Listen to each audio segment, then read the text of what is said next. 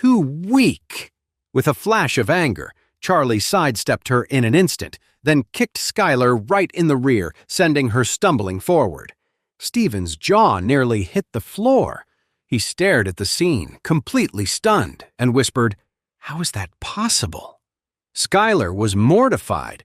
In all her years of martial arts training, she had never been so humiliated. And to be kicked there, of all places, was just too embarrassing to even think about. She was furious. As she scrambled to her feet, she was ready to charge at Charlie again. She swore to herself that she would make that jerk pay today. "Skylar, stop right now! Don't you dare be rude to Mr. Wade!" Just then, a middle-aged man ran up and grabbed Skylar. Her face was flushed with shame and anger. "Dad, let go of me! I'm going to kill him!" she yelled. "He kicked me in the butt! Doesn't he have any decency? It still hurts!" "Shut up!" the middle-aged man snapped, glaring at Skylar. Then he walked over to Charlie, his expression humble. He took a deep breath and said respectfully, "Mr. Wade, you've had the misfortune of meeting my reckless daughter and nephew. I sincerely apologize. When we get home, I'll make sure they have a long time to think about what they've done." Skylar and Stephen just froze, watching this in total disbelief. Christian was a powerful man in Aura City. How could he be so respectful to this guy? Charlie recognized the man. He'd met him before when he went to that auction with Warnia. His name was Christian Knox. So Charlie nodded and said, "Stephen and this young lady could certainly use some more discipline." Christian nodded eagerly. He glared at the two of them and ordered, "Get over here and apologize to Mr. Wade." "I'm not apologizing to the jerk who kicked me," Skylar shot back, her lip curled in a sneer. Christian roared, "Apologize! Right now! Do it!" Skylar's shoulders slumped. Biting her lip, she mumbled, "I'm sorry." Stephen, however, was furious. "Uncle, this guy humiliated me and hit my sister, and you're not going to do anything? You're just going to make me apologize? If you won't handle him, I'll find someone who will. I'll have him killed." Christian slapped him hard across the face. "You idiot!" he roared. "Get on your knees and apologize to Mr. Wade." Stephen was so stunned he saw stars, and a trickle of blood ran from the corner of his mouth. He cupped his cheek in horror, completely bewildered. He couldn't understand how things had gotten to this point, with his uncle telling him to kneel in public. This was a total disgrace. It would ruin the Knox family's reputation. How were they supposed to show their faces in Oris Hill City after this? Christian gritted his teeth and shouted, "You fool! Do you have any idea that if Mr. Wade finds out about that crystal, it won't just be you who's finished? The entire Knox family will be destroyed," he continued angrily. "I've been wondering why the Knox family has had such bad luck lately, one thing after another. It's all because of you. You've brought this curse down on all of us. If your grandfather finds out, he'll have your hide." Hearing how serious his uncle was, Stephen was terrified. His legs gave out, and he dropped to his knees. Christian shouted sternly, "You still haven't apologized to Mr. Wade." "I'm sorry," Stephen stammered, his eyes filled with terror as he apologized to Charlie. Christian turned to Charlie, his voice full of respect. "Mr. Wade, is this acceptable? Are you satisfied?"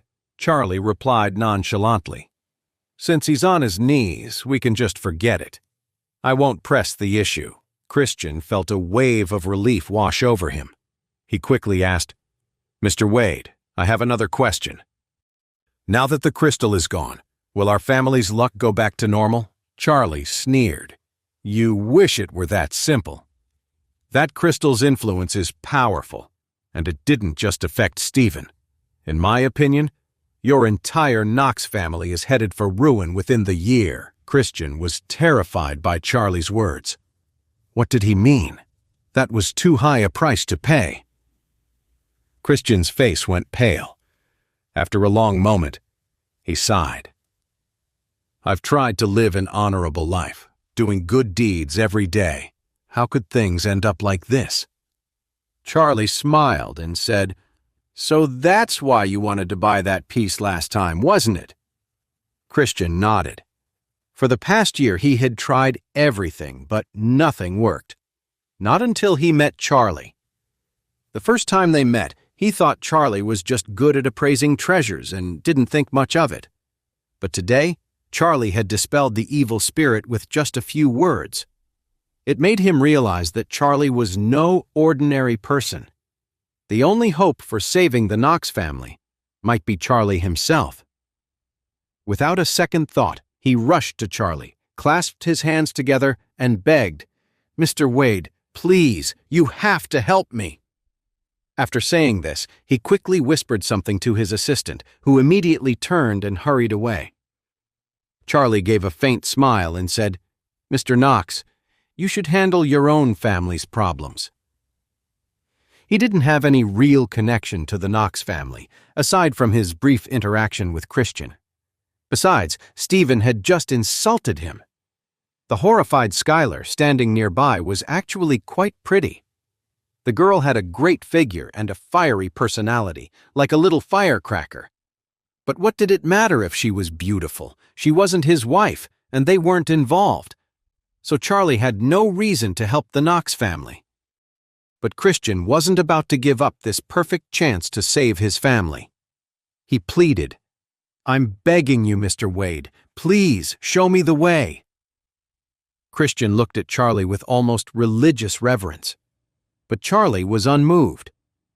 Seeing that Charlie was still indifferent, Christian's heart sank. He dropped to his knees on the ground. Seeing this, Skylar knelt down without a second thought. She knelt in front of Charlie and pleaded desperately, "Mr. Wade, I was rude just now and I offended you. Please don't hold it against me. My family's fate is in your hands. Please, help us." Then she turned to the stunned Stephen. She slapped him hard across the face. "Stephen! You caused this! You're the one who brought that cursed thing into our home, and now the whole family is paying the price. You've even offended Mr. Wade. Get down on your knees and beg him for forgiveness. Please, Mr. Wade." Stephen was truly terrified. He never imagined that the family's recent string of bad luck and his own brush with disaster were all because of that piece of crystal. Now, not only was he to blame, but he had also angered the only person who could fix everything. He was scared to death of going home and facing the rest of his family, so he immediately dropped to the ground and started bowing and scraping before Charlie, begging. "Mr. Wade, I was wrong. I was a blind fool and didn't know any better. Please forgive me, and please help the Knox family. I'll do whatever it takes." With that, Stephen slammed his forehead against the concrete floor with a loud thud. Just then, Christian's assistant ran back and handed him a gift box. Christian quickly presented it to Charlie, holding it out respectfully. "Mr. Wade," he said humbly, "this is the most expensive heirloom emerald bracelet. It's worth over $6 million. Please, Mr. Wade, accept it." Charlie glanced coolly at the gift in Christian's hand. It was an exquisite emerald bracelet with a flawless glass-like clarity. While it wasn't quite as magnificent as the crystal necklace he'd given his wife Claire, it was still an absolutely top-tier piece. The onlookers stared, their eyes wide. Everyone recognized that bracelet. It was the most expensive one at Rare Earth, priced at $6 million.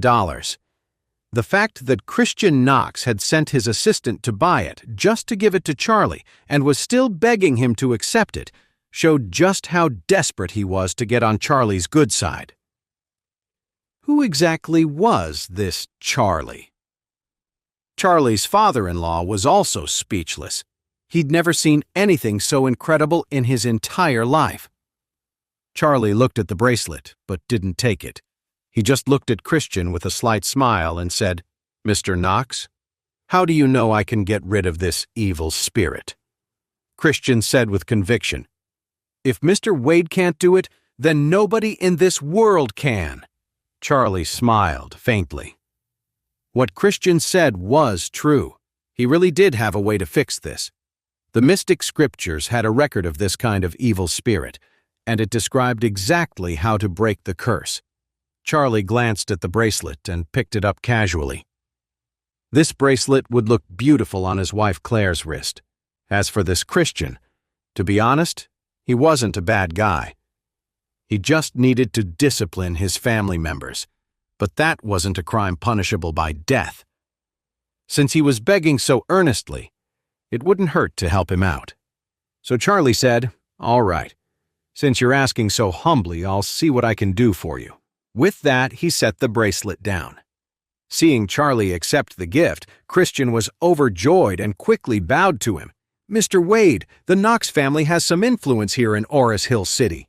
If you can break this curse for us, the Knox family will never forget your kindness. We'll be at your service whenever you need us." The crowd around them erupted in murmurs, completely stunned. The Knox family was willing to owe him everything. Charlie thought for a moment and said, "If that's the case, I'll help you this one time. The rest is up to your family's fate." Christian immediately lowered his head to the ground and said excitedly, "Mr. Wade, please, show us the way." Charlie asked the nearby antique shop for a parchment ward and some cinnabar. He quickly drew a few symbols on the parchment and handed it to Christian. "Place this rune on the crystal amulet and take it home to burn incense before it daily. After 49 days, the evil spirit will be completely gone. During these 49 days, your family must avoid any bloodshed, and everyone in the family should bathe and burn incense every day. Remember this." "Mr. Wade, I will follow your instructions exactly." Christian took the rune with both hands, his voice filled with gratitude. He carefully placed the rune against the amulet and then wrapped them both in a yellow paper bag. The moment it was wrapped, Stephen felt a weight lift off him. The constant anxiety that had been gnawing on him disappeared, and he suddenly felt clear-headed and refreshed. Christian felt the change too. His mind was clearer and calmer than it had been in a long time. He knew Charlie's method was working. A wave of pure joy washed over him. "Thank God I found Charlie," he thought. "Otherwise, the Knox family would have been completely ruined." Irvin watched all this with amazement. When Christian was done, he quickly sidled up to Charlie, a sheepish grin on his face. "Mr. Charlie, can you help me out too? When do you think I'll find myself a beautiful wife?" Charlie frowned and shook his head.